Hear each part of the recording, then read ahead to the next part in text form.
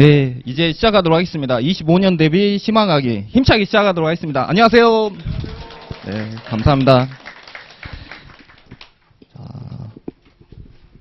네, 지금 이제 짧게 한 15분 정도 오리엔테이션을 하도록 하겠습니다. 여러분은 뭐 책을 펴시진 않고요. 저를 집중해 주시면 되고, 그리고 유인물 중에 강의 계획서가 있습니다. 이걸 같이 잠깐 보도록 하겠습니다. 저희가 이제 3개월 동안 할 거라서 어떤 식으로 할 건지 잠깐 이제 설명을 좀 드리도록 하겠습니다. 그리고 뭐 저의 소개를 먼저 하면, 저는 이제 제 6회 행정사 시험에 수석을 합격을 하고, 그리고 현재 행정사법인 리더스를 이제 운영하고 있습니다. 그리고 행정사 실무법을 지금 현재 전임해서 하고 있고요. 그 다음에 비영리법인을 저는 이제 주로 전문 분야로 하고 있습니다. 그래서 여러분 주변에 뭐 단체 사단법이 있으면 저에게 아낌없이 네, 보내주시면 되겠습니다. 그리고 그런 덕분에 이제 다른 공공기관, 뭐 재단법인, 사단법인의 자문위원, 평가위원도 하고 있습니다. 작년에 이렇게 12월 5일 날 이렇게 합격하신 분들 이렇게 설명을 했습니다. 아쉽게도 참석을 못하신 분도 있었겠지만, 올해 이제 잘 마음을 다지시면 여러분도 주인공이 될 수 있다라고 말씀드리겠습니다. 잠깐 OT의 진행 순서는 먼저 강의 계획부터 설명하도록 하겠습니다. 여러분은 이제 강의 계획서 보시면, 지금 이 강의는 일반 행정사만 계시면 됩니다. 네, 번역과 회사분들은 나가시면 됩니다. 네, 전혀 도움이 안 되시니까. 그래서 여기는 이제 행정사 실무법 강의이고요. 그 다음에 강의 일정은 2월 9일부터 4월 27일까지 12회로 진행이 됩니다. 그리고 교재는 이제 색깔로 구분할 수 있도록 너무나 또 이제 노란색이 기본서입니다. 그래서 노랭이라고 제가 불러드리도록 하고, 이게 기본서이고요. 그 다음에 파란색은 이제 파둥이 해가지고 심판 사례 를 이렇게 두 가지 기본 교재로 하고 있습니다. 그리고 하나 교재가 있는데, 핸드북이 있는데, 이거는 이제 수험생분들이 두 가지를 좀 섞으면 안 되냐고 해가지고, 이거는 이제 수험생 의견에 따라 만들게 된 것이고요. 여러분들은 이 두 개를 필수로 가지시면 되고요. 하얀색은, 흰둥이는 꼭 구입 안 하셔도 됩니다. 이거는 필요하신 분에 한해서만 이제 구입을 하시면 되고, 그래서 여러분이 오늘은 이 교재만 하시고, 다음 주도 이 교재만, 다음 주부터 파란색 두 개 가져오셔야 될 것 같습니다. 여러분이 이제 답안 쓰기를 아직 모르시기 때문에, 모르신 분도 있어서 이렇게 두 가지를 다음 주에 가져오시고, 오늘은 이 노란색 이거 하나로만 기본서라고 보시면 되겠습니다. 사실 이게 과거에는 책 제목이 요약서로 돼 있었어요. 그러다 보니까 헷갈려 하시더라고요. 그러니까 왜냐면 이거는 기본서, 갑자기 책을 이거는 이제 심판 사례고, 이게 핸드북인데 이걸 요약서로 이해를 잘못하신 분 많더라고요. 그러니까 이게 책이 얇으니까 이게 요약집으로, 그래서 이제 부득이하게 이 책 제목을 이제 기본서로 이렇게 바꿨습니다. 그래서 여러분은 그냥 단순하게 그냥 노란색, 파란색 이렇게 들고 오시면 되겠습니다. 그 다음에 준비물은 사비연필, 그래서 본문의 내용은 사비연필로 하시고, 형광펜을 이제 초록, 분홍, 파랑, 노랑 이렇게 네 가지 종류로 가져오시면 되겠습니다. 그리고 잠시 후에 제가 이제 교재 필수 표기하는 건 알려드리고, 강의 특집과 강의 일정도 잠깐 설명하도록 하겠습니다. 지금 설명한 것처럼 먼저 이걸 띄웠으면 됐네요. 네. 그러네요. 예, 필수, 이거 두 가지 필수입니다. 그 다음에 흰색은 이제 선택이라고 보시면 되고요. 여러분은 이제 이 두 가지 교재를 3개월 동안 이제 가지고 다니시면 되겠습니다. 그리고 이게 색깔이 좀 안 나오네요. 분홍색을 제가 이제 목차하는 방법을 제가 보여드리려고 하는 건데, 혹시 화면에 좀 나오나요? 저기 TV로 보시는 분은 잘 보이실 것 같은데, 앞에 보시는 분은 잘 안 나올 것 같은데요.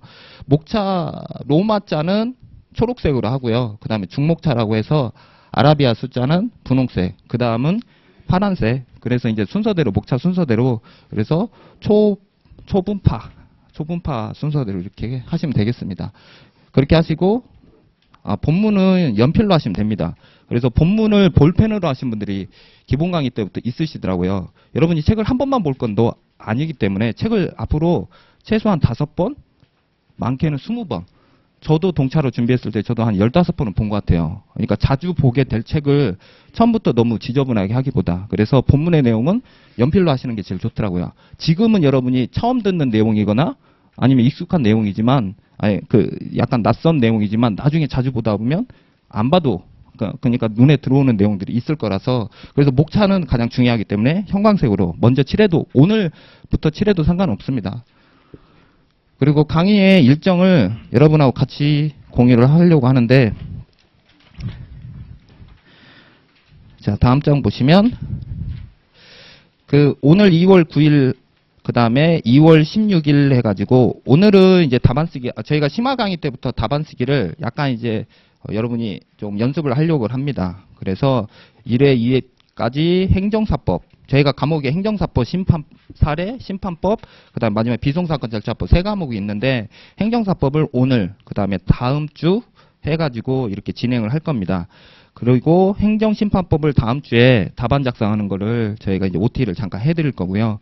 그리고 나서 3회차부터 답안 쓰기를 할 건데, 시간을 약간 여러분하고 조정을 좀 하려고 합니다. 그러면 저희가 실제 수업은 2시에 시작해서 5시에 끝나는데, 답안 쓰기를 좀 30분 정도.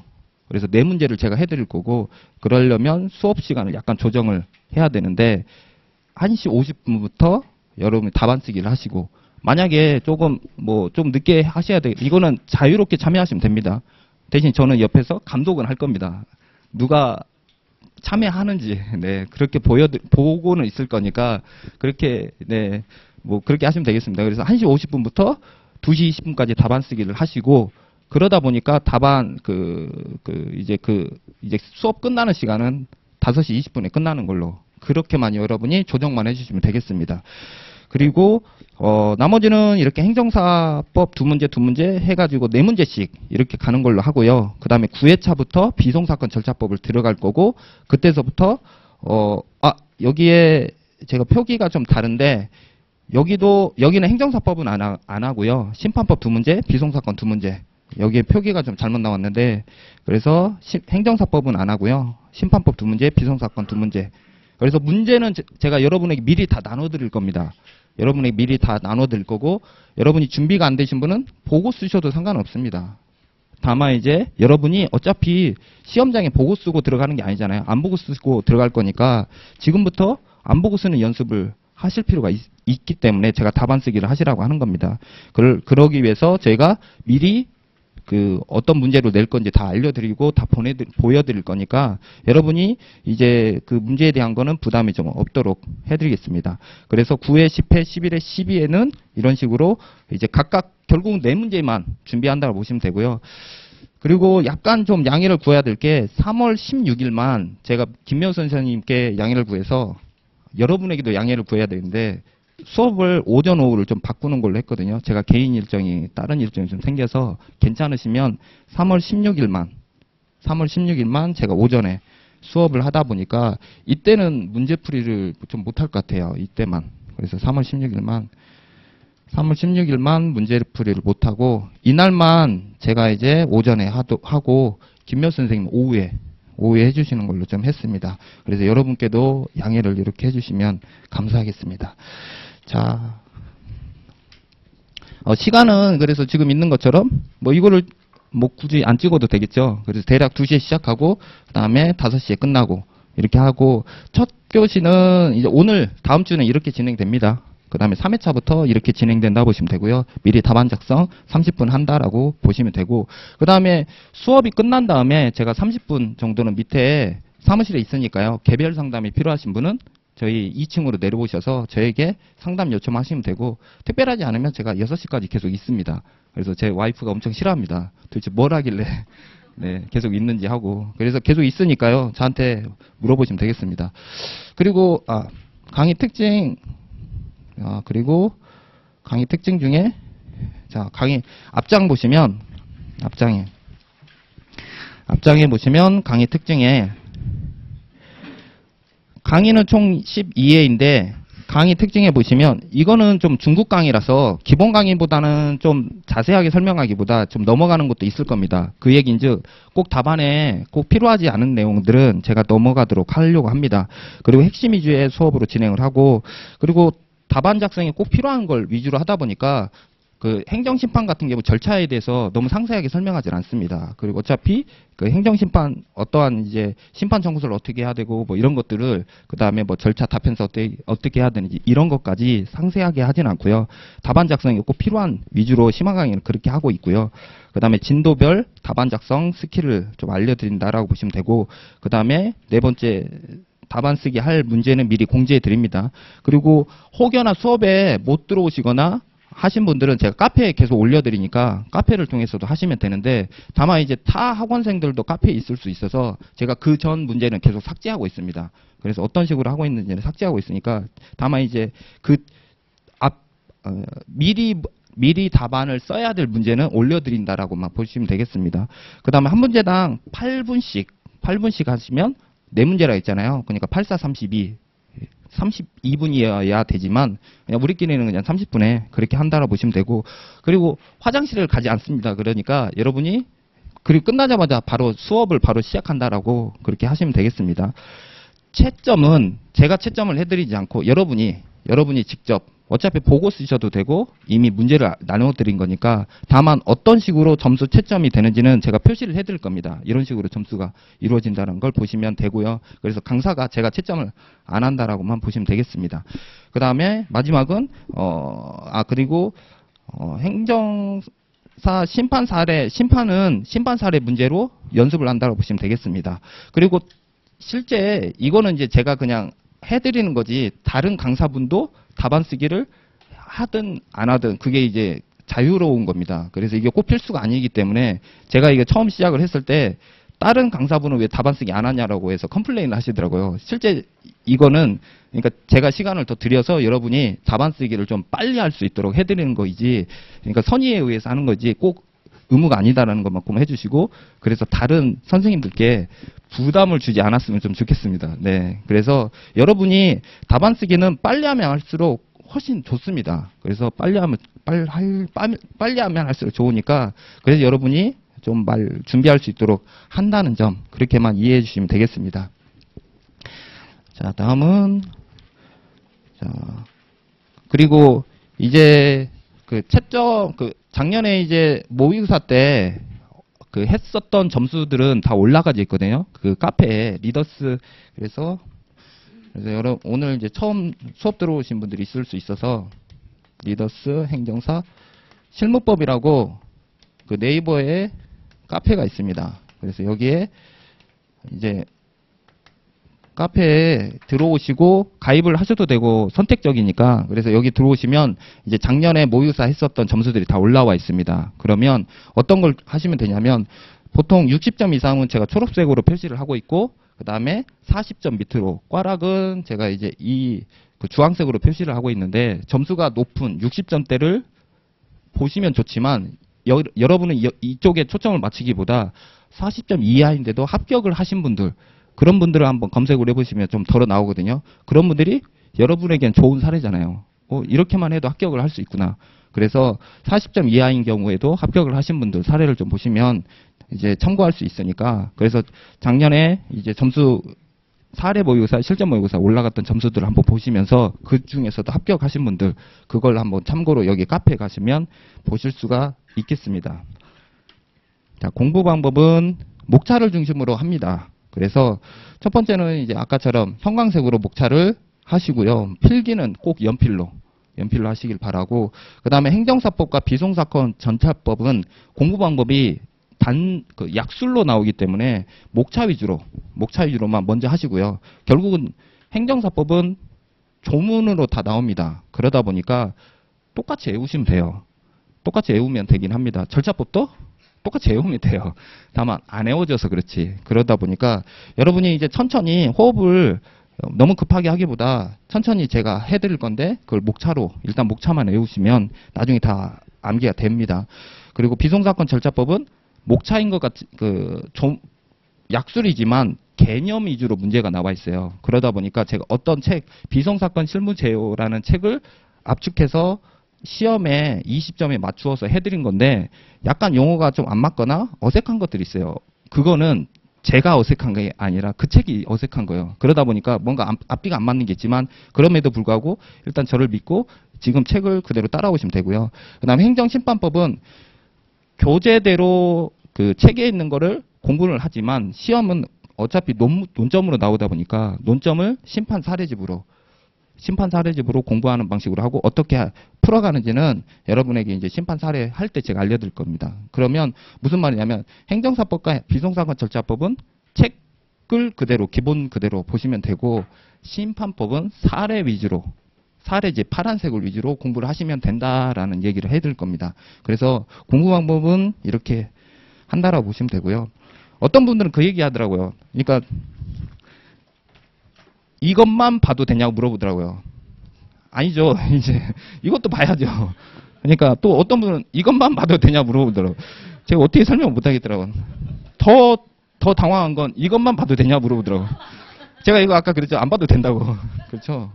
그러니까 결국은 이제 책을 두 가지 다 봐야 되지만 나중에 여러분이 시험 임박했을 때 이것만 보셔도 되긴 합니다. 머릿속에 논점이 다 들어와 있으면 괜찮다라고 보시면 되고요. 자, 이제 답안 쓰기 결국은 여러분이 아무리 많이 알아도 답안에 쓰지 못하면 0점입니다. 그래서 중요한 건 제가 이제 이 사례집에 사례 풀이를 했던 이거랑 그 다음에 단문을 했던 풀이를 이렇게 보여드릴 건데 뭐냐면 지금은 여러분이 이렇게 쓰라고 하더라도 못 쓰는 분이 많을 겁니다. 그랬을 때 여러분이 뭐만 기억하면 되냐 이것만 쓰시면 돼요. 만약에 제가 이제 문제를 나눠드렸을 때 도저히 시간이 없었다라고 하면 이거 아직은 안 해도 돼요. 이걸 안 해도 됩니다. 대신 공간을 비워두시면 되세요. 그래서 문제 1-1 목차 잡고 목차만 딱 잡으시면 되세요. 그러니까 지금은 여러분이 아무것도 안 됐고 내가 공부가 안 되었다라고 하면 대신 목차만 잡으시면 되는 거죠. 제가 채점을 하다 보면 아예 백지인 사람도 있어요. 아예 백지인 사람은 0점이잖아요. 그러나 목차만 내가 지금부터 내가 지금 2월 9일이잖아요. 2월 9일에는 내가 시험을 지금 만약에 시험 본다라고 하면 지금 이렇게 시작하는 게 맞잖아요. 그런데 올해는 며칠인가요? 9월 27일인가요? 27일 날 내가 이때 저는 65점 기준이거든요. 이때 65점만 받으면 되잖아요. 이렇게 뭐 어느 때 이렇게 올라올 것 같은데요. 아까 그때가 그때일지 않을까요? 한번 사례 모의사 때이면 될 것 같아요. 한 6월 중에 6월이나 한 7월 중에만 딱 이쯤에 걸치면 되겠죠. 그래서 이 중에 한 50에서 55만 되면 되지 않을까요? 그 정도 수준까지만. 그러면 여러분은 목차만 하는 게 맞겠죠. 지금부터 다 완벽하기보다는. 그래서 여러분이 목차만 하셔도 됩니다. 목차만이라도 준비만 하시면 신기하게 내용을 글짓기라도 하시면 되잖아요. 그래서 공간을 내가 이 공간에 한 이 정도 양인 것 같아 라고 하신 다음에 목차만 딱 이렇게 적으셔도 됩니다. 작년에 저한테 모의고사 하신 분이 딱 그 얘기 하더라고요. 앞으로 채우겠습니다 쓰시더라고요. 제가 굿 이랬어요. 그렇잖아요. 앞으로 채우겠습니다. 네, 그렇게 하시면 됩니다. 그러니까 아직은 안 채우셔도 돼요. 그냥 목차만 하시고 저한테 이제 계속 하시면서 이제 채우시면 되죠. 그리고 자, 다음은 뭐 약술도 똑같습니다. 약술도 이렇게 목차 있을 거잖아요. 목차만 띡띡띡 이렇게 하시면 되죠. 그리고 여러분 공부한 게 있으면 키워드만 적으셔도 되죠. 다만 이런 것들은 두 문자는 적지 마세요. 제발 두 문자를 적으시더라고요. 여기다. 뭐 어떻게 할 수가 없어요. 그렇잖아요. 우리끼리는 알죠. 전문 용어니까. 이제 어떻게 했겠죠. 근데 제로 감점을 주고 싶더라고요. 그러니까 어차피 이제 써야 되는 거면 이제 여러분이 여기에 이제 풀어 쓰는 게 낫죠. 차라리 목차만 적던지 그렇게 하시면 되겠습니다. 자, 이거 이제 제가 기본 강의 때도 보여드렸는데 아직 이제 오늘 처음 제 수업 들어오신 분은 강의를 아직 1회독을 안 해보셨거나 아직 여러 번 안 보셨기에 앞다리만 뒷다리만 볼 수가 있습니다. 그러면 여러분이 전체 코끼리를 못 볼 수가 있습니다. 그래서 질문을 하셔도 되지만 이제 틀린 걸 질문을 하시고 저보고 답을 찾아달라고 하는 경우가 좀 있더라고요. 그래서 여러분이 조금 책을 좀 많이 여러 번 보시면 전혀 부질 없구나. 그리고 작년에 이제 저랑 이제 강의를 들었던 수험생 중에 12긴 중에 합격을 하시고 저희 사무실에 있거든요. 자기가 잘못 알았구나라고도 얘기하더라고요. 그래서 여러분이 실전을 해보면 여러분이 행정사로서 합격을 하시고 그 다음에 행정심판을 하다 보면 아 잘못 알았구나. 그리고 어떤 게 중요하구나. 그게 또 달라집니다. 그래서 여러분 어차피 수험생이잖아요. 그러면 수험에 적합한 내용 위주로 따라가시면 되겠습니다. 답안 작성 방법은 이제 다음 주에 다시 한번 더 해드릴 건데 오늘은 이제 간단하게만 실무법으로도 81점을 받으신 분이 있었습니다. 11회 때. 여러분에게 알려드리는 내용 똑같이 알려드렸고 이분이 똑같이 하신 겁니다. 그래서 모의고사 이렇게 하셨고 그 다음에 답안 쓰기 이렇게 하시고 그래서 문제는 자신 있는 문제부터 순서 상관없습니다. 그리고 항상 얘기하는데 이제 여기가 공간이 남았더라도 항상 왼쪽부터 쓰는 연습을 하시면 됩니다. 그래서 왼쪽부터 쭉 채우시고 여기가 남았네? 그렇더라도 다음 페이지 넘겨서 이렇게 쓰시면 되고요. 그 다음 한 문제당 8분 안에 쓰는 연습을 하시면 됩니다. 한 문제당 8분 안에 쓰시는 연습을 하시고 공간이 남았잖아요. 그래도 넘기시면 됩니다. 그리고 항상 대목차 외에는 나머지 다 붙입니다. 다 붙인다고 보시면 되겠습니다. 그래서 띄우는 거는 큰 대목차만. 그 이유는 빡빡하게 보이게 하려고 해요. 채점자한테 빡빡하게 보이게 하려고 하는 거라고 보시면 되겠습니다. 그렇게 하고 그 다음 오른쪽 여백을 여기를 남기시고 그런 다음에 시간이 남았잖아요. 그때 채우시면 됩니다. 그래서 계속 넘기는 이유가 여기를 채우라고 하는 거예요. 시간이 남았을 때. 그렇게 해서 시간이 남는 경우 그 여백을 채웠더니 이분이 무려 81점이 나온 거예요. 내가 아는 정보를 계속 채우면 됩니다. 그래서 중요한 건 내가 적으라는 것만 적으신 다음에 그러면 평균 한 65점이 나올 수 있다고 보시면 되겠습니다. 65점. 저의 목표는 65점입니다. 그렇게 해서 행정사 실무법 65점만 받아도 이 과목으로는 무난한 겁니다. 한 과목에 올해 그 작년에 점수 평균 점수 몇 점인지 아신가? 53점 3일인가 이렇게 알고 있거든요. 한 과목에 이렇게 받으시면 한 과목에 나머지 과목이 특별하지 않고 뭐 꽈락 답변하고 한 과목 53점 나오더라도 아마 합격하는데 무리가 없을 겁니다. 그래서 여러분이 실무법으로 제가 이제 뭐 70점, 80점을 받으시라고 하는 게 아니라 적당히 적을 수 있는 것만 적으시면 충분히 이 점수 받을 수가 있다라고 보시면 되고요. 그 다음에 모든 과목을 60점 다 넘으시면 인원 상관없이 다 합격입니다. 다. 실제 지금 저희가 그 합격 기준이 그렇게 돼 있어요. 그러니까 여러분이 그냥 다 그 정 과목, 네 과목이 다 60점 이상만 받을 수 있으시면 받을 수 있도록 공부하시면 됩니다. 그래서 여러분이 어떻게 하면 그러면 과목마다 어떻게 60점을 받을지 그 선생님한테 물어보세요. 저는 제 건 알려드렸으니까. 그렇죠? 네. 그렇게 하시면 여러분이 이제 제가 이제 지난 기본 강의 때 알려드렸던 것처럼 혼자 달리면 외로우니까 같이 달리면 네, 재밌잖아요. 그렇죠? 네. 그래서 여러분이 든든한 파트너가 될 수 있도록 같이 박수 한번 네. 감사합니다. 네, 그래서 같이 어떻게 여기 결승선에 같이 네, 왔으면 좋겠습니다. 자, 이제 OT는 다 했고요. 자, 이제 기본 강의를 시작하도록 하겠습니다. 자, 책은 자, 노란색을 펼쳐 주시고요. 제가 준비하는 동안 여러분이 노란색을 펼쳐 주시면 되겠습니다.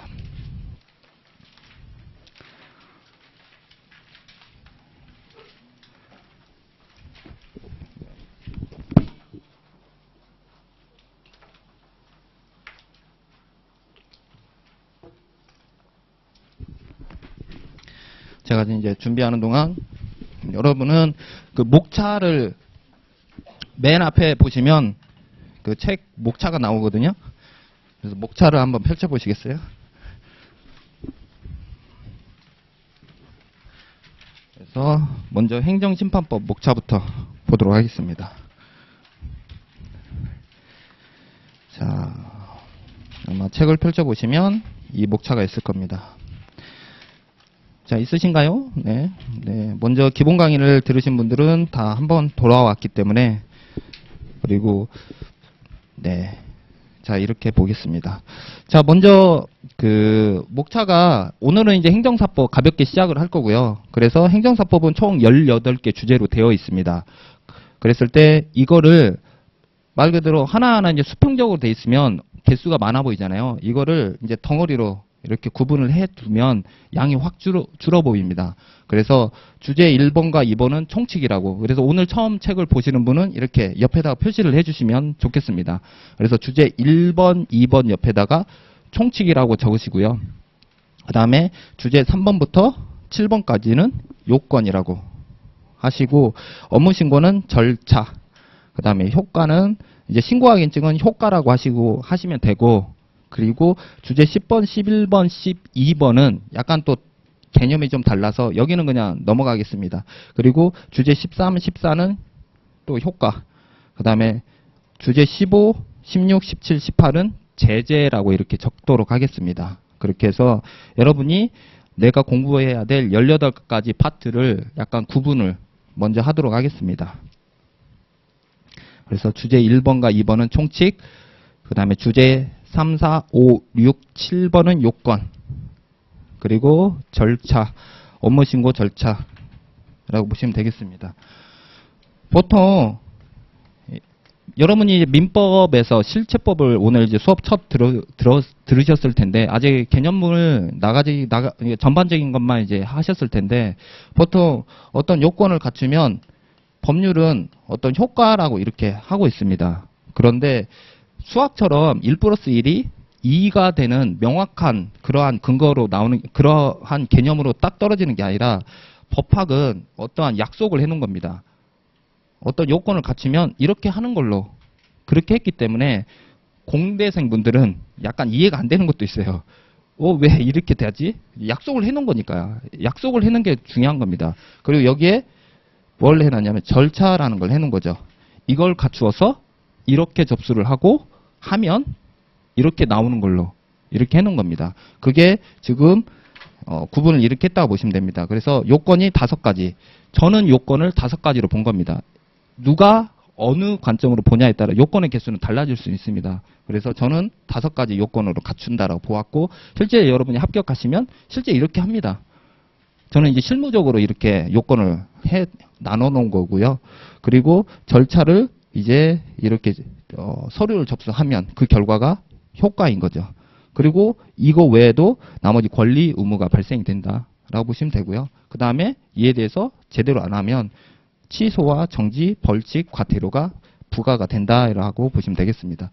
이거를 이제 제가 이제 강력한 것만 이렇게 2문자로 자결실 행사, 그 다음에 그 중에서 법인, 만약에 업무 신고를 행정사, 개인만, 자연인만 하는 게 아니라 법인도 할 수 있습니다. 그래서 법인을 하는 경우 또 따로, 그래서 설립 절차, 수행 방법 수, 해산해, 그래서 설수해 이렇게 하도록 하겠습니다. 그 다음에 가장 중요한 건 시험 문제가 많이 나온 게 그 제재 규정이 많이 나왔습니다. 그래서 취소, 정지, 벌칙, 과태료 해가지고 2문자로 제가 치정, 벌태 이렇게 하도록 하겠습니다. 그래서 오늘은 이제 가장 중요한 게 여러분이 자결실 행사, 설수의 치정, 벌태 이 3가지 2문자만 오늘 기억을 하셔도 오늘 충분히 그냥 딱 끝 이렇게 보시면 되겠습니다. 그래서 이 자결실 행사 5가지를 갖추어서 업무 신고하면 그 결과가 신고항의증이 나오고, 신고항의증이 나오면 행정사의 권리가 뭐 있어요? 도를 받는 거죠. 보수를 받을 수 있습니다. 그리고 그걸 잘 못하면 보수를 받을 수 있고, 그에 대한 이제 의무가 있겠죠. 이에 대한 신의성실, 성실 수행 의무가 있고요. 그리고 잘 못한 경우에는 자격이 박탈되는 취소가 있거나 멈춰지게 되는 정지가 있거나, 아니면 더 심각하게는 형벌을 받을 수 있는 벌칙이 있거나, 그 다음에 그 단계는 아니지만 약간의 조금 어떤 제재가 필요하다라고 하면 과태료, 이렇게 4가지 벌칙이 있다, 이런 제재 규정이 있다라고 보시면 되겠습니다. 의외로 심플합니다. 네, 행정사법은 심플하다 보시면 되겠습니다. 이걸 이제 오늘 이제 하나씩 이제 본다라고 보시면 되고요.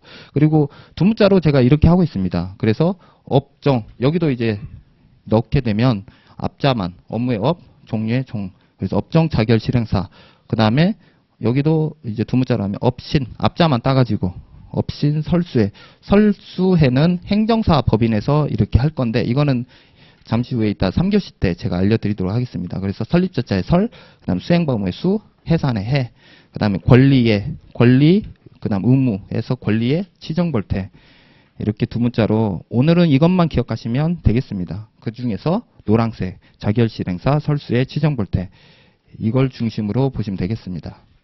일단은 넘어가고요. 이거 지금 다 어디 있냐면 여러분 나눠드린 이거 있잖아요. 이거 뒷장에 있습니다. 네, 심화 강의 때 다 나눠드렸는데 미리 다 나눠드렸습니다. 이제는 여기 보면 다 있습니다. 그래서 이걸로 이제 여러분이 참고하시면 되고 넘어가도록 하겠습니다. 자, 이거를 이제 시간 흐름으로 이제 행정사법도 절차법입니다. 절차에 의해서 그다음에 그러니까 절차랑 그다음에 실체랑 같이 행정사법은 절차법하고 행정사법 네. 절차법하고 그다음에 실체법하고 같이 연결되어 있습니다. 실체법은 뭐냐면 권리 의무가 발생되는 걸 실체법이라고 보시면 됩니다. 실체가 있다. 그다음 절차는 흐름 보통 행정 관련된 법령은 보통 절차법이라고 보시면 됩니다. 그런데 이제 행정사법은 행정사 권리도 부여가 되잖아요. 그러다 보니까 그 절차랑 실체가 같이 섞여 있다고 보시면 되는데 그러기 전에 그러면 우리가 이제 중요한 건 이겁니다. 행정사가 되기 위해서 어떻게 하냐라고 했을 때 업무 신고를 한다는 거죠. 이게 가장 중요한 딱 중심이다라고 보시면 되겠습니다. 이 업무 신고를 하기 위해서 앞단에 5가지 요건을 갖추고 이 요건을 서류로 준비한 다음에 업무 신고 서류에 접수를 합니다. 그 결과가 신고 확인증 이렇게 나온다는 거죠. 이렇게 나온다. 이렇게만 기억하시면 됩니다. 이게 가장 심플합니다. 나머지 다 없어도 돼요. 결국은 업무 신고를 위해서 그리고 신고 확인증을 위해서 신고 확인증을 받은 날로부터 그때서부터 행정사 보수를 받을 수가 있어요. 그거 하려고 우리가 지금 행정사 공부하는 거고 행정사 시험을 보는 거잖아요. 그런 것처럼 결국 이것 때문에 그런 겁니다. 신고 확인증 받으려고 하는 거예요. 네, 신고 확인증 받으려고 그렇게 보시면 되겠습니다. 자, 이제 책으로 보겠습니다. 책으로는 2페이지 보도록 하겠습니다. 2페이지 총칙부터 2페이지 총칙부터 보시면 자, 목적 그 다음에 행정사의 업무 그 다음에 제한 그리고 오른 페이지 보시면 이제 행정사 아닌 사람에 대한 금지사항까지 연결된다고 보시면 되겠습니다.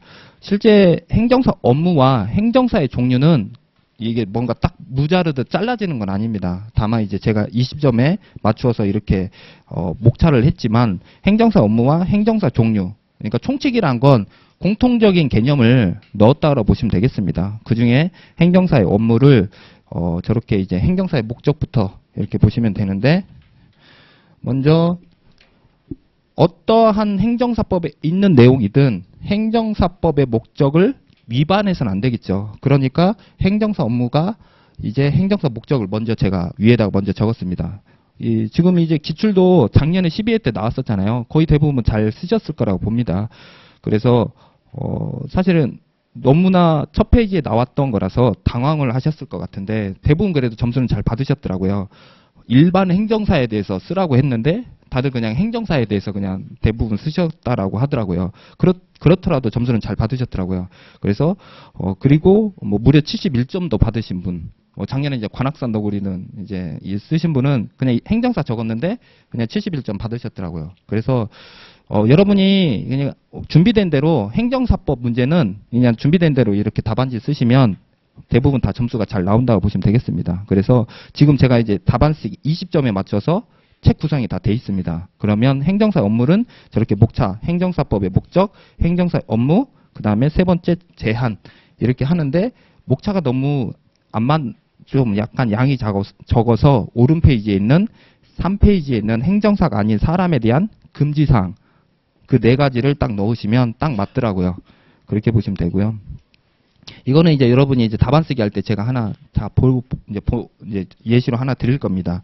그러면 먼저 행정사법의 목적을 보시면 아까 지금 방금 설명했던 것처럼 요건과 그러면 자 여기 보시면 이 법은 행정사 제도를 확립하여 그리고 행정과 관련한 국민의 편익을 도모하고 행정제도의 건전한 발전에 이바지함을 목적으로 한다라고 되어 있거든요. 그랬을 때 보통 법 목적도 요건과 뭐 절차, 효과로 돼 있겠지만 여기는 절차는 없고요. 앞단이 거대한 요건으로 돼 있습니다. 저 행정사 제도를 만들면 그리고 뒤에가 end로 되어 있습니다. 그래서 행정권익, 행정 편익이 도모가 되고 행정제도가 발전된다라고 이렇게 뒤에가 있습니다. 그러니까 약속을 해놓은 거죠. 실제 행정사 제도를 만든 것만으로 해서 편익이 도모될지 뭐 제도가 발전될지는 뭐 검증될 수는 없잖아요. 다만 이제 어떤 연구를 했겠죠. 진짜 뭐 그럴 거라고 해서 그래서 법을 이렇게 만들었다라는 거죠. 수학처럼 딱 떨어지진 않지만 약속을 행정사 제도만 잘 갖추고 잘 이렇게 운영을 잘 하면 결국은 편익이 국민 편익이 도모되고 제도가 발전된다라고 이렇게 했다라고 보시면 되고 그러는 과정에서 행정사 업무가 어떻게 되냐라고 했을 때 7가지를 이렇게 기술을 했습니다. 그래서 두 문자로 작장역대 인상법 해가지고 제가 두꺼운 글씨로 되어 있습니다. 그래서 2페이지 보시면 행정기관에 제출하는 서류의 작성에 작, 그 다음에 권리 의무나 사실 증명에 관한 서류의 작성에 작, 그 다음에 3호에 행정기관의 업무에 관련된 서류의 번역에 역, 그 다음에 위 각호에 따라 작성된 서류의 제출 대행에 대, 인가 허가 면허 등을 받기 위하여 행정기관에 하는 신청 청구 및 신고 등의 대리에 인, 행정관계 법령 및 행정에 대한 상담 또는 자문에 대한 응답의 상, 마지막에 법령에 따라 위탁받은 사무의 사실조사 및 확인 해가지고 7가지가 있습니다. 그래서 여기에 작작, 역대, 그 다음에 인상법 두 문자로 7가지. 그래서 행정사 업무는 7가지가 있다라고 이렇게 기억을 하시면 되겠습니다. 오늘은 그냥 개수만 아니면 두 문자가 딱 내리에 박히시면 이렇게 기억을 하시면 됩니다. 작장, 역대, 인상법. 여기에 나오는 것 중에 먼저 기억을 하셔야 될 게 글씨를 좀 너무 작게 나온 것 같은데 대행과 대리라는 게 있습니다. 자, 대행을 찾아보시면 1호와 그 4호에 위 각호에 따라 작성된 서류의 제출 대행 이렇게 나오잖아요. 그리고 5호에는 인가 허가 등을 받기 위하여 행정기관에 하는 신청 등의 대리 해가지고 대리가 뒤에 나옵니다. 그러면 대행과 대리의 차이는 대행은 건별로 계속 여러분 위임장을 매번 불편하지만 매번 그렇게 접수한다고 보시면 되겠습니다. 그게 대행이고요. 대리는 한번 위임을 받으면 끝날 때까지 마무리될 때까지 그래서 인가 허가 등을 받을 때까지 대리를 한다고 보시면 되겠습니다. 그래서 대행은 건별, 그 다음에 대리는 포괄, 위임을 받는다고 보시면 되겠습니다. 그 다음에 용어 중에 또 나오는 게 법률과 법령이 나옵니다. 법률은 여러분이 알고 있는 것처럼 국회에서 통과된 그런 법률을 법률이라고 하는 거고 법령은 법률과 명령을 합친만을 법령이라고 하시면 되겠습니다. 그래서 여기에 법령이 나오는 것 중에는 여기 나오죠. 그리고 법률은 나오는 건 여기 앞에 나오죠. 그리고 옆 페이지 3페이지 넘겨보시면 거기도 여기 나오죠. 법률. 예. 그래서 지금 뭐 오늘 처음 보시는 분들은 이제 눈에 아직 안 들어오겠지만 그래서 나중에는 이제 전부 이제 하나씩 다 눈에 다 들어올 겁니다. 그래서 여러분이 한 번만 다시 한번 이제는 같이 한번 읽어볼까요? 자, 1호 같이 한번 읽어볼까요? 행정기관에 제출하는 서류의 작성. 자, 2호 읽어볼까요? 권리의무나 사실증명에 관한 서류의 작성. 3호 행정기관의 업무에 관련된 서류의 번역. 4호 위 각호에 따라 작성된 서류의 제출 대행. 5호 인가 허가 면허 등을 받기 위하여 행정기관에 하는 신청 청구 신고 등의 대리. 6호 행정관계 법령 및 행정에 대한 상담 또는 자문에 대한 응답. 7호 법령에 따라 위탁받은 사무의 사실조사 및 확인. 실제 여러분이 시험을 위해서 공부를 하지만 여러분이 합격하고 나서도 이걸 머릿속에 있으시면 특히 목적과 행정사 업무를 여러분이 머릿속에 있으시면 훨씬 더 강력하게 여러분의 업무를 잘 수행할 수 있습니다. 왜냐하면 나의 업무를 알고 있어야 되니까. 다른 자격사들은 자기 법률을 다 안 봅니다. 그러다 보니까 자기가 어떤 업무를 하는지를 잘 모르기도 하더라고요. 우리는 생각보다 업무 범위가 상당히 넓습니다. 그러다 보니 여러분이 정확하게 나의 업무가 어떤 건지를 알 필요가 있다라고 보시면 되겠습니다. 그러다 보니까 제한이라는 게 있는 거죠. 너무 넓으니까. 그래서 제한을 보시면 다른 법률에 따라 법령이 아니라 법률에 따라 지금 뭐가 빠졌나요? 명령에 의해서는 안 되는 거죠. 즉 시행령과 시행규칙으로는 우리를 제한해서는 안 되는 거죠. 법률에 의해서만, 국회를 통과된 법률에 의해서만 제한된 업무는 할 수가 없다. 그 대표적인 게 변리사법, 특허청에 제출하는 업무는 제가 못하는 겁니다. 변리사법에 의해서 제한되니까. 그래서 저희한테 가장 치명적인 건 이런 제한된 업무가 늘어나면 엄청나게 타격이 크겠죠. 이제는 앞으로는 늘어나지는 않을 거라고 보고요. 그리고 다음 넘겨보시면 세 번째가 행정사가 아닌 사람에 대한 금지사항 해가지고 여기는 어떤 내용이 있냐면 행정사가 아닌 사람은 다른 법률에 따라 허용되는 경우를 제외하고는 제2조에 따른 업무, 2조에 따른 게 작장역대 이상법 7가지인데 그 7가지를 업으로 하지 못한다. 무슨 말이냐면 우리 업무를 하려고 하는 사람도 법률에 의해서 허용이 된다라고 보시면 되겠습니다. 허용이 되는 경우도 법률에 의해서만, 시행령과 시행규칙에 의해서는 안 된다라는 거죠. 이 중에서 재작년인가 이제 경영지도사법에서 시행령으로 우리 업무를 하려고 시도를 했다가 법률 위반된다는 걸 알고 나중에 입법을 진행을 안 했었습니다. 그래서 법률에 의해서만 가능한 겁니다. 법에 정확하게 들어가 있어야만 가능하다라고 보시면 되겠습니다. 그랬을 때, 자, 이거를 한번, 의미를 한번 둘까요? 자, 이제 제가 크게 나눴는데, 자, 1호와 4호를 묶어서 보시면 어떤 뜻이냐면, 행정기관에 제출하는 서류의 작성과, 그 다음에 4호가 뭐라고 되어 있냐면, 위 각호에 따라 작성된 서류의 제출 대행. 즉, 행정기관에 제출할 서류를 내가 작성하고, 그리고 이를 제출하는 걸 하나의 세트인 거죠. 작성과 대행. 작성과 제출이 하나의 세트인 거고, 그리고 2호는 행정기관 상관없습니다. 그러다 보니 제일 대표적인 게 계약서이잖아요. 그래서 계약서 같은 경우 권리 의무나 사실 증명에 관한 서류를 작성하고 또 제출, 작성한 다음에 상대방에게 보내는 것도 가능하다는 거죠. 이를 대행까지 이렇게 하는 건데, 자, 이제 시행령을 하나씩 보겠습니다. 2페이지 보시면, 자, 2페이지 보시면 거기에 세부적인 내용이 있어요. 자,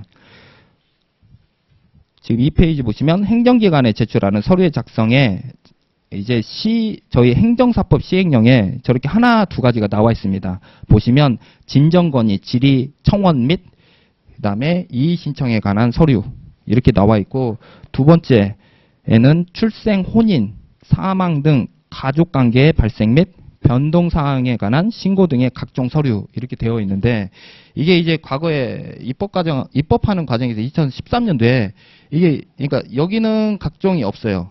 여기 밑에는 각종이 여기 있잖아요. 근데 원래는 옛날에 이게 한 줄로 돼 있었어요. 한 줄로. 그러니까 이거를 입법하는 과정에서 잘 모르고 실수한 거죠.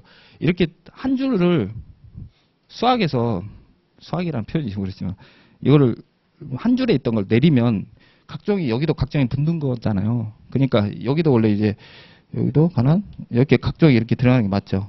예, 이거는 이제 나중에 입법으로 바꿔질 겁니다. 그래서 여기에 뭐가 없다라고 해서 행정기관에 제출하는 서류가 우리가 못하는 걸로 오해를 하시더라고요. 그게 아니라 실제적으로 그러니까 각종이 여기도 붙고 여기도 붙는 거죠. 그러니까 행정기관에 제출하는 서류는 다 할 수 있어요.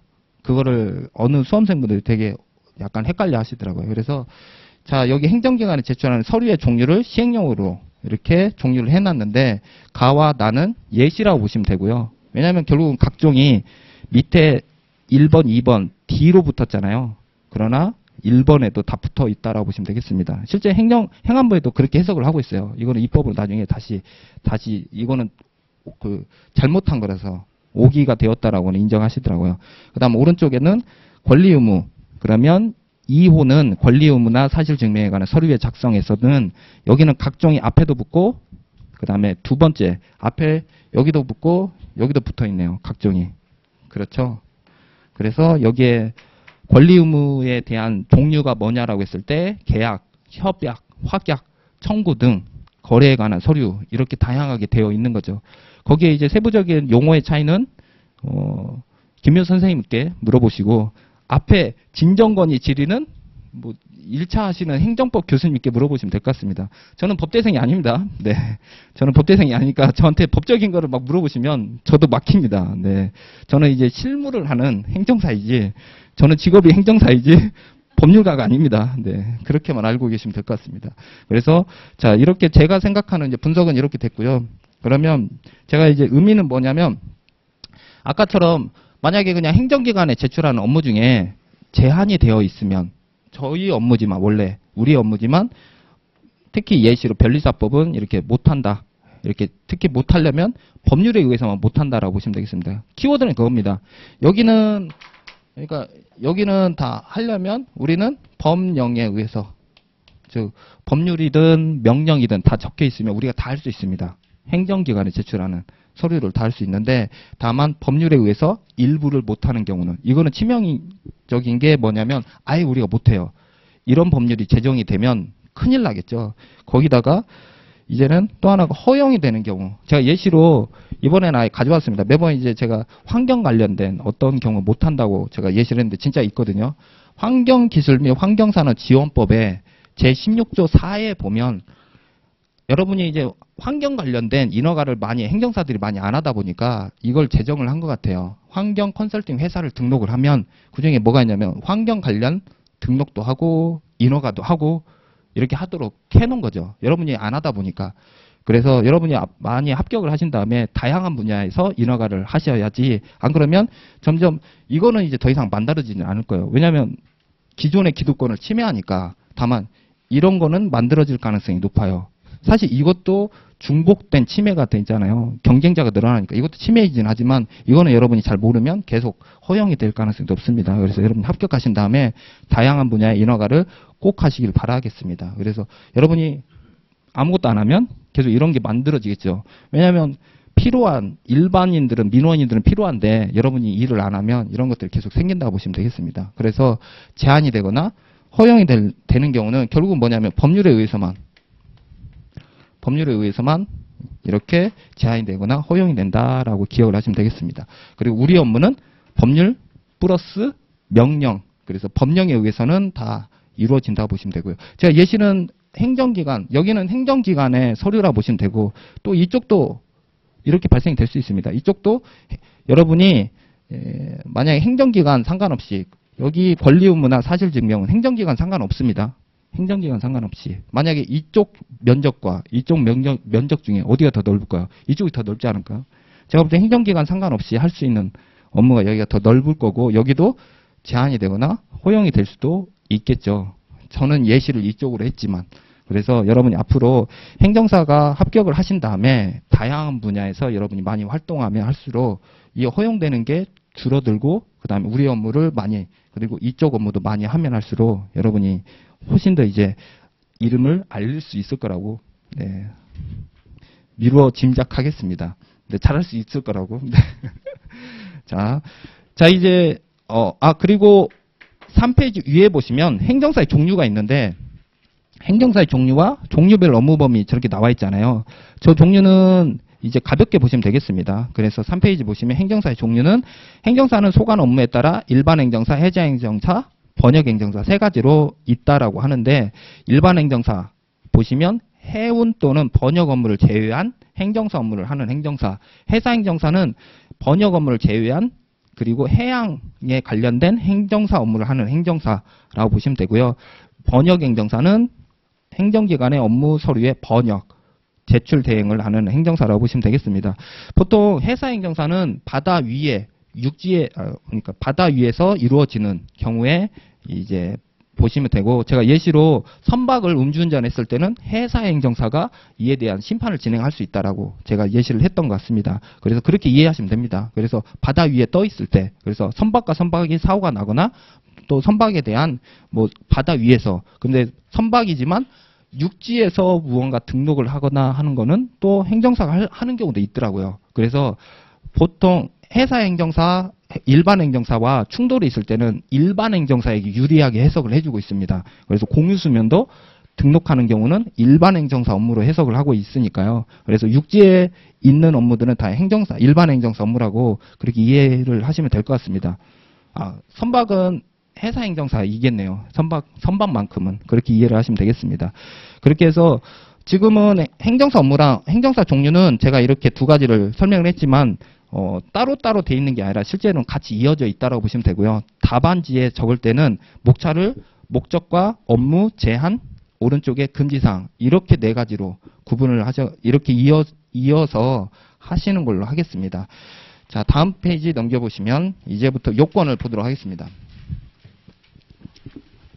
요건이 5가지가 있는데, 그리고 이제 저희가 이제 답안 쓰기 할 때 제가 나눠 드릴 거예요. 그러면 행정사 업무를 어떻게 답안지에서 쓰면 되는지도 여러분이 한 번 더 연습을 하시고, 작년에 이제 기출이 나왔더라도 행정사법은 양이 그렇게 많지 않기 때문에, 그래서 여러분이 한 번씩은 다 준비를 하시는 것도 괜찮습니다.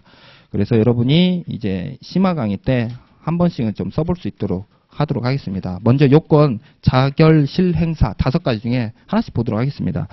먼저 4페이지에 행정사의 자격을 먼저 보면, 자, 여기는 행정사의 자격을 지금 이제 저희가 행정사 자격과 그 다음에 4페이지 맨 위에 상단에 보시면 주제 3번 행정사의 자격에 동그라미 한번 쳐볼까요? 연필로 하시면 됩니다. 행정사의 자격에 자에 동그라미 하시고 그 다음에 오른쪽 결격 사이에 결에다가 동그라미 자, 결. 그 다음에 다음 페이지 넘겨서 실무교육의 실, 자결, 실. 그리고 7페이지에 행정사회 행에 동그라미 하시면 자결, 실, 행. 마지막에 사무소. 다음 페이지 넘겨보시면 사무소 9페이지에 사, 자결, 실, 행사. 이렇게 5가지를 요건으로 하신다고 보시면 되겠습니다. 자결, 실, 행사. 그 중에 자부터 할 거고, 이 중에서 자결, 실, 행사 중에 가장 중요한 건 결격 사유가 가장 중요합니다. 결격 사유가 가장 법정 사유로 명확하게 나와 있기 때문에 결격 사유가 가장 중요하고 나머지는 다 가볍게 보시면 되겠습니다. 그러면 먼저 자격부터 보면 행정사의 자격 내용을 보시면 행정사 자격 시험에 합격한 사람은 행정사 자격이 있다라고 이렇게 하고 있습니다. 즉 행정사 시험에 합격을 한 사람에 한해서만 자격이 있다라고 보시면 되겠습니다. 그래서 행정사 자격에 합격한 사람은 행정사 자격이 있다. 그러면 시험에 대한 전체적인 것들을 어떻게 하냐면 행정사 자격심의위원회에서 심의 결정을 합니다. 그래서 읽어보면 행정사 자격의 취득과 관련된 사항, 시험 과목 등 시험에 관한 사항, 선발 인원, 결정에 관한 사항, 시험의 일부 면제 대상자의 요건에 관한 사항, 그 밖의 중요 사항을 심의하기 위하여 행정안전부의 행정사 자격심의위원회를 둘 수 있다. 보통 9명으로 두고 있습니다. 거기에 행정사는 일단 행정사를 대표해서 한 분이 들어가 있다라고 보시면 되겠습니다. 그래서 다른 자격사들은 보통 더 많거든요. 보통 한 3명 정도. 그러면 우리 시험에 필요한 내용들을 더 반영을 하는데 아직은 숫자가 적다 보니까 그러한 것들이 반영은 좀 안 되는 것 같더라고요. 그래서 행정사 자격심의위원회가 이 중에서 여러분이 그래도 기억을 하신다라고 하면 키워드만 하나만 그 중에서 시험 과목 등을 결정을 한다라고 이렇게 기억을 하셔도 될 것 같아요. 여기 있는 문장 행정사 자격은 목차만 기억을 하셔도 되긴 합니다. 어떤 목차, 그 목차가 어떤 내용인지, 즉 행정사 자격을 시험에 합격한 사람은 행정사 자격이 있다라고 했잖아요. 자격심의위원회. 먼저 오늘은 그러니까 그 자격심의위원회 용어라도 입에 붙는 게 더 첫 번째거든요. 용어를 처음 들어본 사람도 있을 거니까 용어를 행정 절차에서 행정 용어들은 그 다음에 기간, 그 다음에 그런 용어들은 먼저 입에 붙이는 게 가장 좋더라고요. 그래서 행정사 자격심의위원회 이런 게 있구나. 행정사 자격심의위원회 그렇게 하시면서 여러분이 먼저 익숙해질 필요가 있습니다. 그랬을 때 그럼 어떤 걸 하냐라고 했을 때 다 설명하지 않아도 돼요. 그 중에 한두 가지만 여러분이 말로 할 수 있으면 됩니다. 그래서 행정사 자격 취득과 시험 과목 등에 관하여 심의한다라고 이렇게 하시면 되겠습니다. 네, 감사합니다. 네. 그 다음에 행정사 자격 시험은 이미 알고 있겠지만 1차 시험과 2차 시험으로 구분한다라고 보시면 되겠습니다. 그리고 시험의 일부 면제 보시면 경력에 의해서 면제된다는 걸 여러분이 이미 알고 있고, 그 다음에 시험에 의해서 면제된다는 것도 이미 알고 있고, 마지막에 이제 중요한 건 부정행위자에 대한 조치. 여기서 키워드는 두 번째, 밑에서 두 번째 보시면 5년간. 그래서 5년간 시험이 정지가 된 경우, 이제 시험이 정지가 된 경우 5년이 지나야 이제 응시할 수 있다. 그래서 5년간은 응시하지 못한다라고 해서 여기에 5년간 이렇게 이 키워드로 보시면 되겠습니다. 그래서 여기는 이제 자격심의위원회, 자격시험, 일부 면제, 부정행위자에 대한 조치 이렇게 하시고요. 그 다음에 제가 이제 기본 강의 때는 여기도 이제 목차 두 문자로 했었는데 이건 다음 주에 오늘은 자결실 행사 중요한 키워드만 목차로 기억을 하시기 위해서 제가 오늘은 이제 넘어가도록 하겠습니다. 그래서 다음 주에 여기는 복습하면서 제가 목차 두 문자를 한 번 더 하는 걸로 하고요. 여기는 이제 파트는 넘어가도록 하겠습니다. 그리고 이제 결격사유 넘어가시면 행정사 자격증을 여러분이 시험 보고 나서 합격증이 12월 10일쯤에 이제 올해는 합격 공고가 이렇게 나옵니다. 12월 10일 날. 그런데 이 합격하고 나면 합격증이 나옵니다. 합격증. 아직 자격증이 나오기 전에 실제 한 2주 정도. 근데 점점 이제 더 빨라져 가지고 거의 일주일 안에 뭐가 나오냐면 자격증을 받을 수 있다라고 하더라고요. 그랬을 때 그러니까 내가 합격을 했더라도 시간이 좀 필요합니다. 어떤 시간이 필요하냐면 결격 사유를 확인합니다. 그리고 나서 이렇게 자격증이 나온다고 보시면 되겠습니다. 그래서 행정사 시험을 여러분이 1차, 2차 그래서 1차 접수하고 그다음 2차 접수하잖아요. 그리고 합격증, 최종 합격증이 나오는데 합격증이 나오고 나서 자격증이 바로 나오는 건 아니고 합격한 다음에 한 1, 2주 정도 시간이 걸린다는 거지. 그때 결격사유, 범죄가 있는지 없는지를 확인한다라고 보시면 되겠습니다. 그랬을 때 7가지가 있다라고 합니다. 여러분에게 표시를 한 것처럼 7가지가 있는데 피성년 후견인 또는 피한정 후견인의 피, 그 다음에 파산 선고를 받고 복권되지 아니한 사람의 파, 그 다음에 세 번째 금고 이상의 형의 선고유예를 받고의 고, 그리고 그 기간에 유예 기간에 있는 사람. 그다음 네 번째는 금고 이상형의 집행유예를 선고받고 유예 기간이 끝난 날부터 2년이 지나지 아니한 사람. 그다음에 다섯 번째 금고 이상의 형의 실형을 선고받고 집행이 끝나거나 집행이 면제된 날부터 3년이 지나지 아니한 사람. 그다음에 여섯 번째 공무원으로서 징계 처분에 따라 파면되거나 해임된 후 3년이 지나지 아니한 사람. 7번째, 행정사 자격이 취소된 후 3년이 지나지 아니한 사람. 이거를 그냥 두 문자로 피파, 고, 집형, 공자 이렇게 하고 있습니다. 피파, 고, 집형, 공자 이렇게 하고 있습니다. 자, 그 중에 제가 이제 어떤 분이 좀 물어보셔서 여기 이제 오른쪽에 보시면 왼쪽에 보시면 금고라고 나와 있잖아요. 이게 이제 형법에 41조에 9가지가 있다라고 하더라고요. 그래서 금고 이상의 형이 여기서부터라고 합니다. 그랬을 때 뭐 형법에는 이제 죄가 여러 가지 종류가 있다라고 하더라고요. 그래서 몰수부터 이렇게 있는데 그 중에서 금고 이제 징역과 금고 즉 이제 어떤 감옥에 이제 구금이 뭐 감옥에 있는데 자유롭지 못하는 경우가 있을 때 이제 금고 징역이라고 하더라고요. 그러면 금고와 징역의 차이는 하나는 징역은 노역이 강제가 되고 금고는 노역이 강제가 아닌 경우를 이렇게 한다라고 합니다. 그래서 이건 참고로 이렇게 하시면 되고요. 그 이하는 그 이하의 형은 해당이 안 된다라고 보시면 되겠습니다.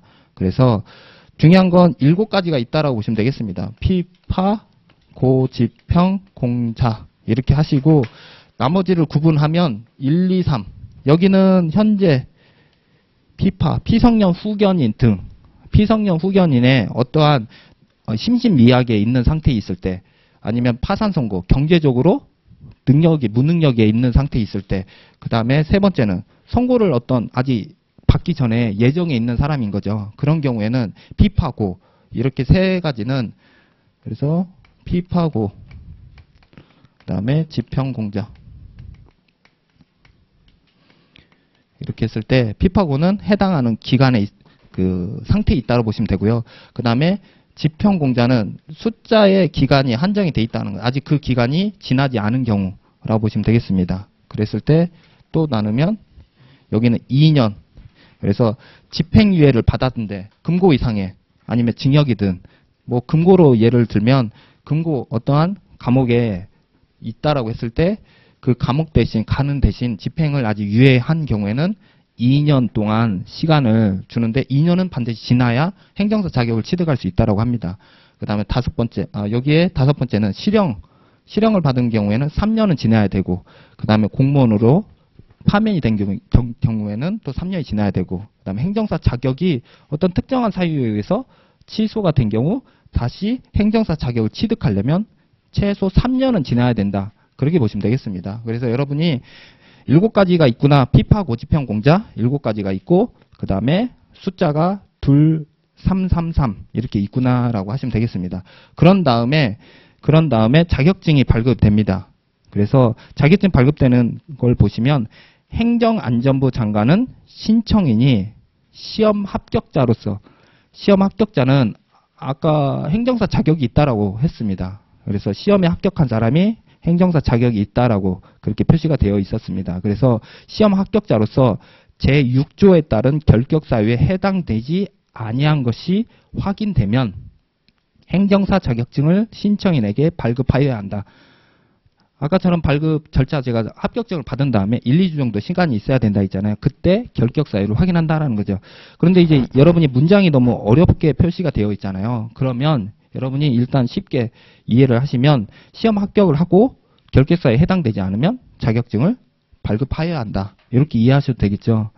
여러분이 절차를 먼저 이해를 하시는 게 가장 중요합니다. 그런 다음에 법적인 용어대로 푸는 게 가장 중요한데, 법적인 용어대로 먼저 하려고 하면, 그러니까 중요한 키워드는 기억을 하자는 게, 중요한 키워드는 시험 합격자, 그 다음 결격 사유, 그 다음 자격증 발급. 이건 중요한 키워드잖아요. 그 사이에 있는 건 아직 꼼꼼하게 아직은 안 하셔도 된다는 거죠. 그리고 넘어가게 되면 재발급. 재발급은 말 그대로 서류에 어떤 보완할 게 있을 때 재발급 신청을 할 수 있겠죠. 행정사 자격증을 발급받은 사람은 행정사 자격증을 잃어버리거나 못 쓰게 된 경우에는 행정안전부령으로 정하는 바에 따라 행정안전부 장관에게 재발급을 신청할 수 있다. 다양한 이유로 이렇게 신청할 수 있다라고 보시면 되고요. 마지막에 보시면 행정사 업무신고를 하려는 사람은 행정안전부령으로 정하는 신고서에 행정사 자격증을 첨부하여 주된 사무소의 소재지를 관할하는 시장 등에게 제출해야 한다. 라고 이렇게 되어 있는데, 말 그대로 여기서 보시면 관할하는 시장을 알 수 있기 위해서 그래서 사무소 계약서를 제출합니다. 어디에 사무소를 하고 있는지 그 근거 자료가 그래서 제출하는 이유가 사무소를 통해서 관할하는 시장을 알 수 있습니다. 그래서 관할하는 시장에게 어떤 서류? 업무신고서를 제출합니다. 업무신고서를 제출하는데 여기에 자격증도 제출하고, 그 다음에 결격 사유는 제출하게 되면 확인을 합니다. 그 다음에 실무교육, 그 다음에 수료증, 그 다음에 행정사회 회원증, 이런 것들을 제출하게 되어 있습니다. 행 이렇게 하는 거죠.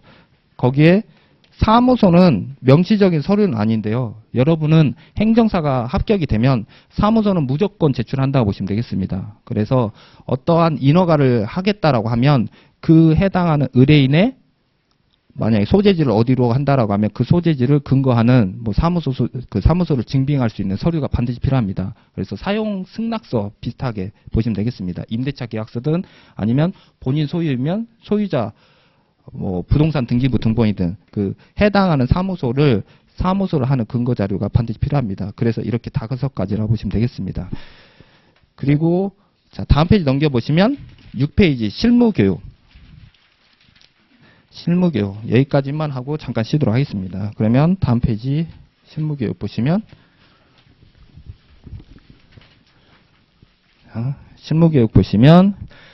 실무교육은 2가지로 되어 있는데요. 기본소양과 실무수습, 기본소양 및 실무수습 2가지로 되어 있고, 거기에 다른 키워드는 여러분이 한번 나중에 복습하실 때 읽어보시고, 다른 것보다 기본소양은 20시간, 그 다음에 실무수습은 40시간. 그래서 기본소양은 보통 3일 정도 교육을 받고요. 그 다음에 실무수습은 5일 정도 해당하는 행정사 사무소에서 실무수습을 보통 받습니다. 그래서 시간이 너무 적어서 이것만으로는 여러분이 실무를 익히는 거는 한계가 있고요. 그러다 보니까 형식적으로 이루어지는 그러한 경우가 좀 있기는 합니다. 그래서 용어만 일단은 여러분이 수험적으로 기억하실 거는 실무수습은 두 가지. 기본소양, 실무수습, 기본소양, 실무수습 이렇게 하시고 공고는 보통 30일 전에 공고가 된다라고 보시면 되겠습니다. 그래서 행정안전부 장관은 실무교육 계획을 수립하여 교육하기 30일 전에 홈페이지 등에 공고한다라고 보시면 되겠습니다. 그래서 공고는 30일. 여기서 지금 이제 숫자만 여러분이 먼저 기억을 하시면 되겠습니다. 그리고 교육 신청은 10일 전까지 하시면 되겠습니다. 그래서 기본 소양은 20시간, 실무 수습은 40시간. 그리고 공고는 30일 전, 교육 신청은 10일 전. 이렇게 하시고 그다음에 그러면 실무 교육을 누가 할 거냐라고 했을 때 원칙적으로 행정안전부 장관이 직접 하는 게 아니라 위임이 되어 있습니다. 누구에게? 권한이 시도지사에게. 그래서 원칙적으로 1차적으로 교육 권한은 시도지사가 가지고 있습니다. 교육은 시도지사. 그리고 시도지사가 직접 하는 게 아니라 일반적으로는 대한행정사회에 위탁되어 있습니다. 대한행정사회에 위탁되어 있다라고 보시면 되겠습니다. 그래서 과거에는 인천시청 같은 경우에는 인천시에서 직접 행정사 교육을 직접 했었어요. 그래서 이거는 시도지사가 직접 하겠다라고 하면 직접 해도 됩니다. 꼭 대한행정사에 위탁을 안 해도 됩니다. 현재 위탁기관은 대한행정사회밖에 없어요. 그러다 보니까 대한행정사가 적절치 않다라고 생각하면 시에서 광역시에서 직접 할 수도 있다. 그래서 교육은 시도지사가 1차적인 책임이 있기 때문에 어떤 과태료도 시도지사가 만약 교육을 안 들으면 시도지사가 부과한다. 그래서 교육은 꼭 저희 행정사법에서는 과태료에서 교육에 한해서는 시도지사가 부과하는 방식으로 되어 있습니다. 그래서 교육할 때 시도지사가 등장한다라고 기억을 하시면 되고요. 그래서 실무교육의 권한은 시도지사가 위임을 받아서 현재 시도지사가 가지고 있다고 보시면 되겠습니다. 그리고 그에 대한 위탁을 대한행정사회가 위탁받아 있구나라고 보시면 되겠습니다. 그래서 여러분이 동그라미 지금 공부하는 방식은 제가 이렇게 동그라미 키워드로 이렇게 하시면 되겠습니다. 그렇게 해서 여러분이 동그라미로 키워드로 이렇게 하시고 실제 답안지에 써야 될 때는 결국은 이게 다 조문에 있는 내용이다 보니까 다 암기를 해야 되긴 하는데요. 그러려고 하면 지금부터 너무 힘들잖아요. 그래서 여러분이 목차만 기억을 하시고 그리고 목차가 내용이 무엇이다. 그렇게 넘어가시는 게 훨씬 더 좋습니다. 이걸 통으로 다 지금부터 암기하려고 하면 넘어가지 않거든요. 그러니까 지금은 제가 목차만 보시라고 하는 거예요. 목차. 실무교육은 두 가지. 기본 소양과 실무수습 두 가지. 그 다음에 공고 교육 신청. 그리고 위임 및 위탁. 마지막은 교육 수료증이 나온다는 거죠. 교육 수료증 보시면 똑같습니다. 행정사무 신고를 하려는 사람은 행정안전부령으로 정하는 신고서에 실무교육 수료증을 첨부하여 주된 사무소의 소재지를 관할하는 시장 등에게 제출해야 한다라고 이렇게 보시면 되겠습니다. 여기까지 하고요. 잠깐 10분 쉬었다가 이어서 하도록 하겠습니다.